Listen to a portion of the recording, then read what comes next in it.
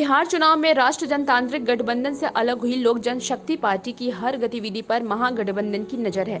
जिस तरह वह नरेंद्र मोदी की लोकप्रियता का फायदा उठाने की कोशिश कर रही हैं और एक के बाद एक कई पूर्व भाजपा नेताओं को मैदान में उतार रही हैं, उससे महागठबंधन को लगने लगा है कि लोजपा स्वर्ण वोट बैंक में सेंध लगा सकती है।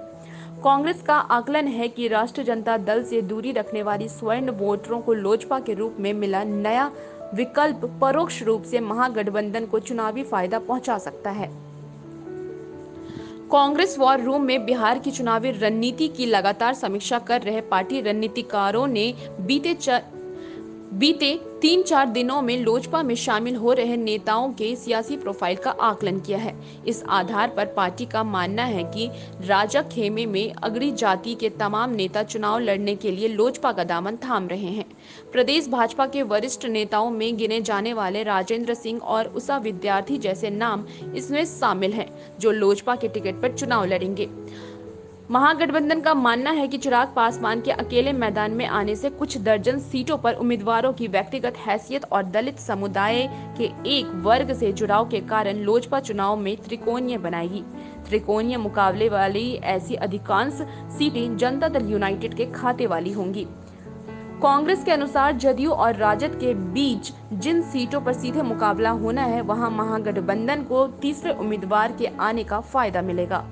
बिहार के कई दौर के अपने आंतरिक सर्वेक्षणों के आधार पर पार्टी के केंद्रीय नेताओं का आकलन है कि वर्तमान प्रदेश सरकार से नाराजगी तो है, लेकिन स्वर्ण मतदाताओं तेजस्वी यादव के नेतृत्व को सहज स्वीकार करने को तैयार नहीं दिखते।